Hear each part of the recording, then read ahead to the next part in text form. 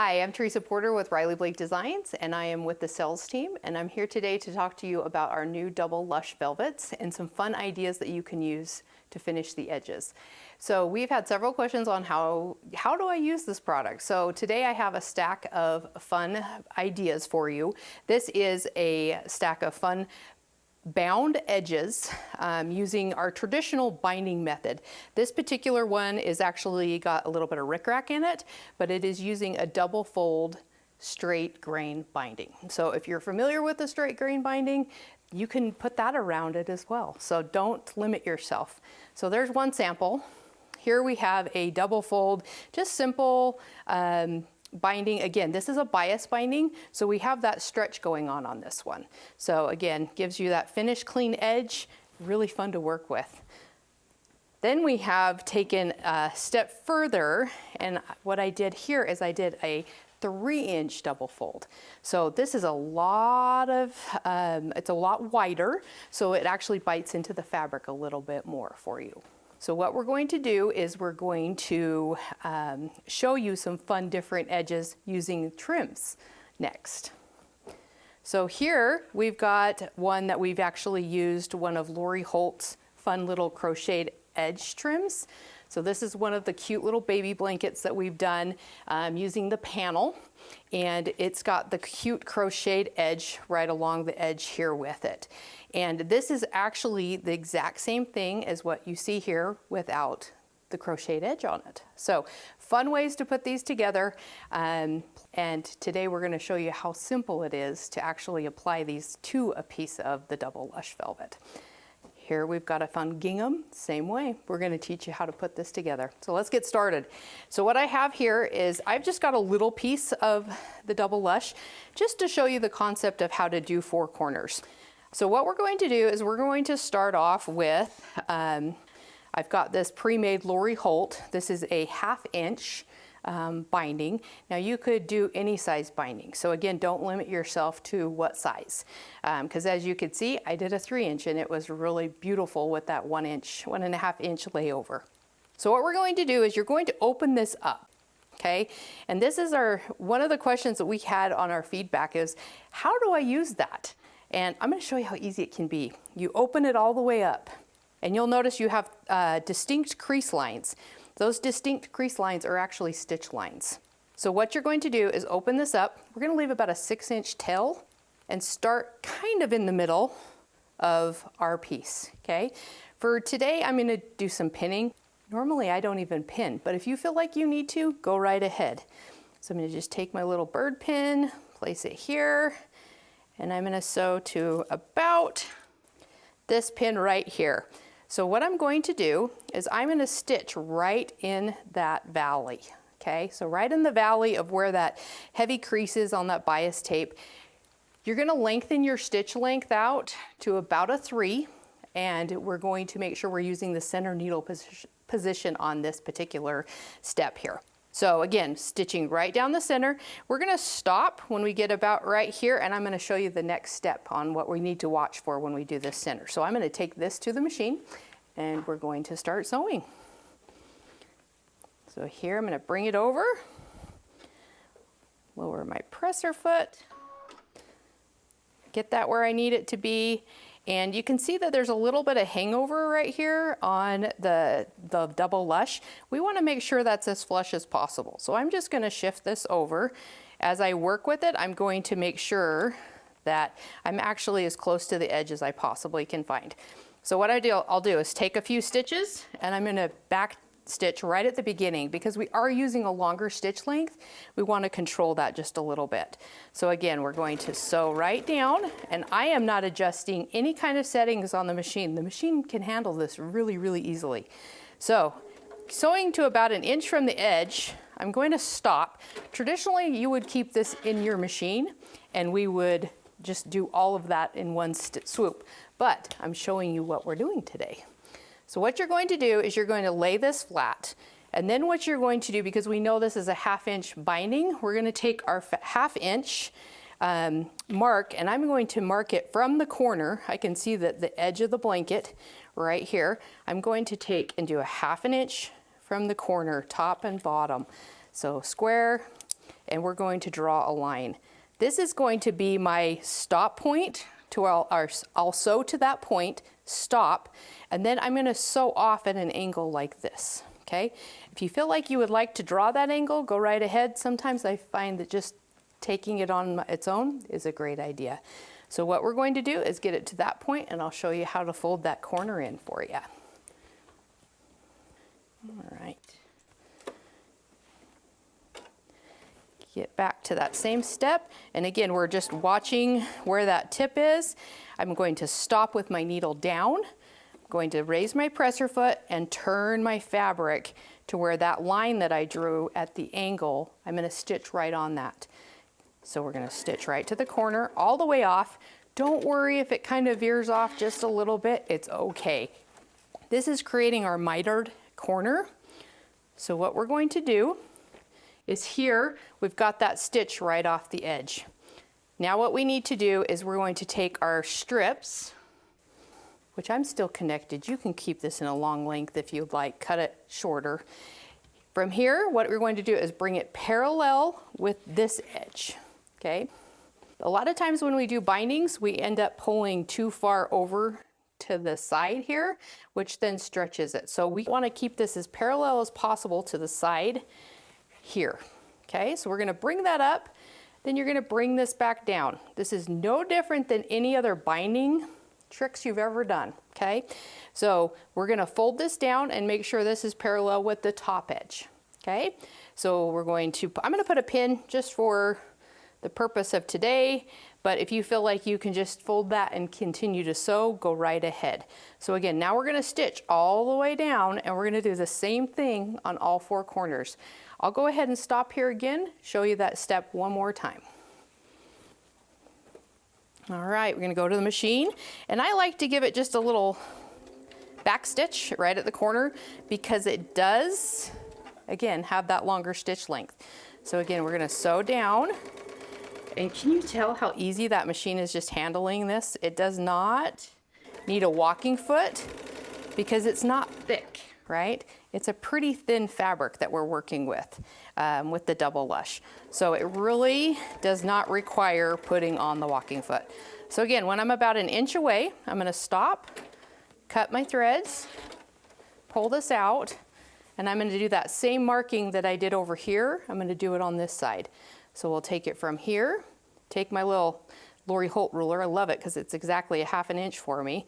And I'm going to draw that line, okay? And again, I can just wing this to the corner if you wanted to, but for today, we'll draw it. Why not be a little bit more accurate from time to time, okay? So draw that, we're gonna stitch to that point, and then we're gonna sew off again, okay? All righty.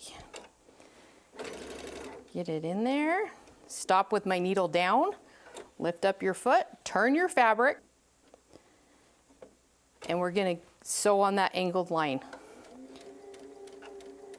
Okay, cut your threads, pull that out, and again, we're going to fold this again. So we're gonna take our length, give myself just a little bit more room to work with.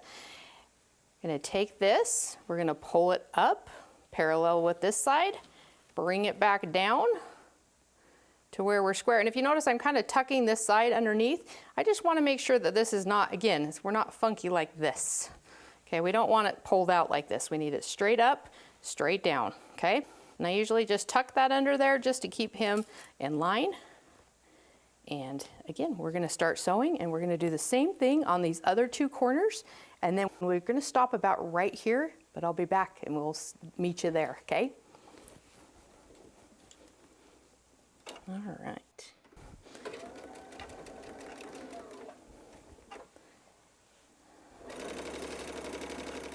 All right, I'm on that last corner, and we're just gonna go ahead and finish that off. And we're going to stitch, probably leave yourself at least a 4 to 5 inch opening. Sometimes if you feel like you need a little bit more space, that's fine.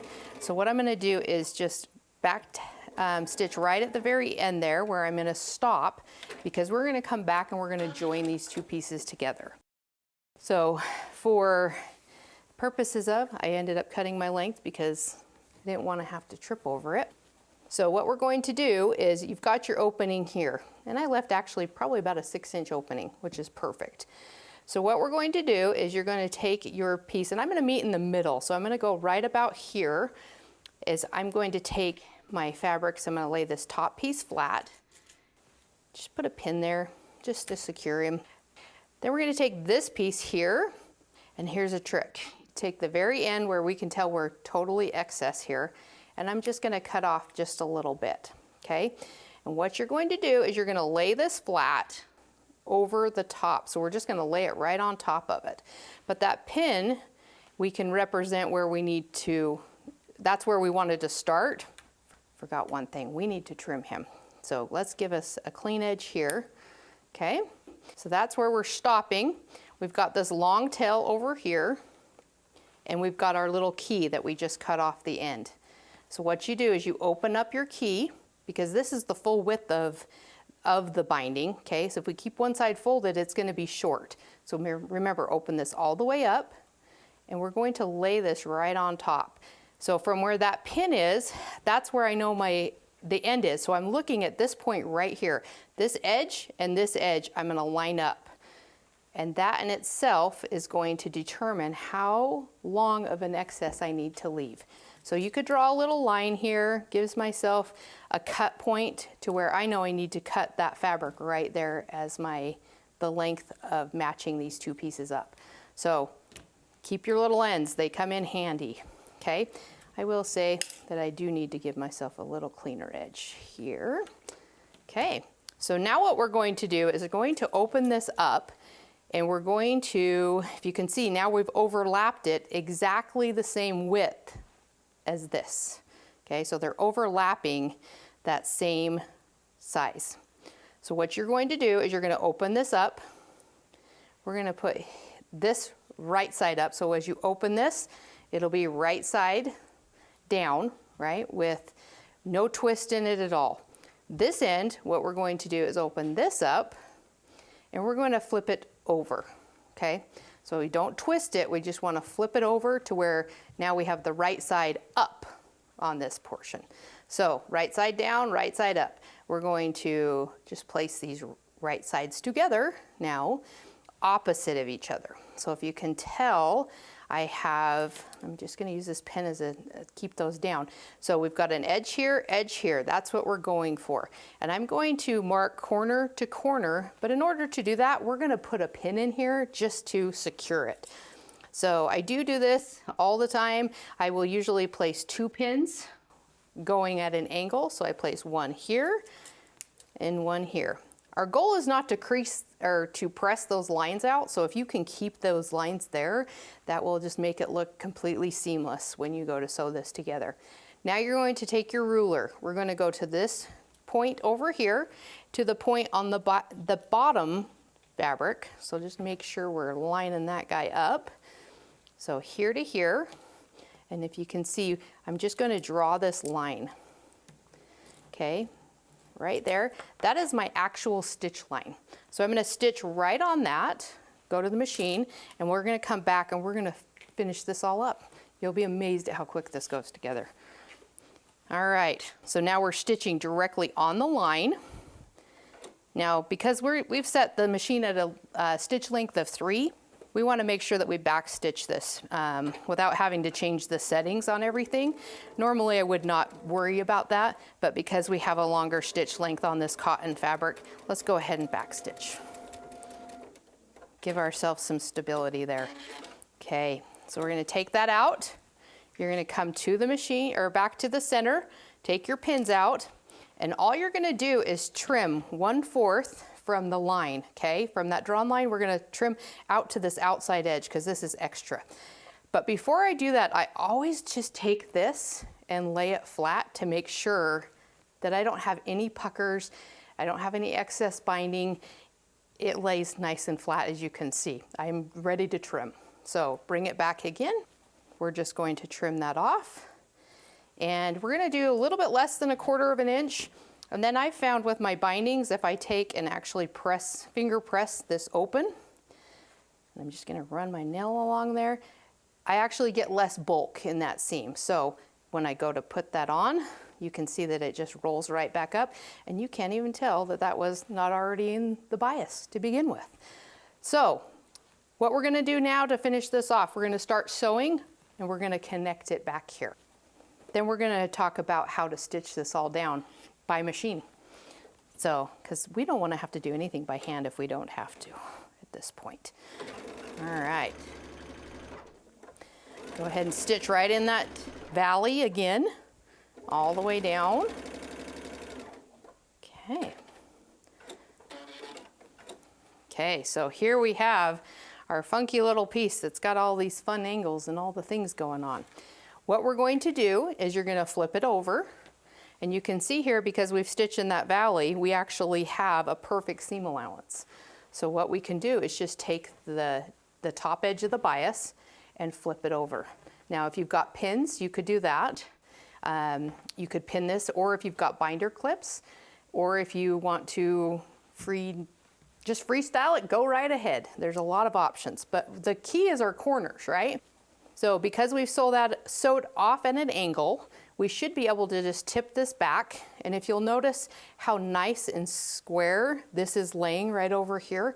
So all we have to do is take this edge and we're just going to tip it back to where we can see our stitch line on the other side.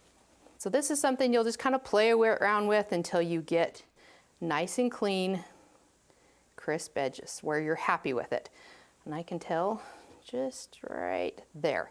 Now sometimes I will put a pin across this just to anchor that in so I can see that that's a perfect mitered corner. Okay, so then we're gonna do the same thing. We're gonna sew all the way around. I'm gonna actually adjust every one of these before I even sit down at the sewing machine, okay? You're going to get them all positioned.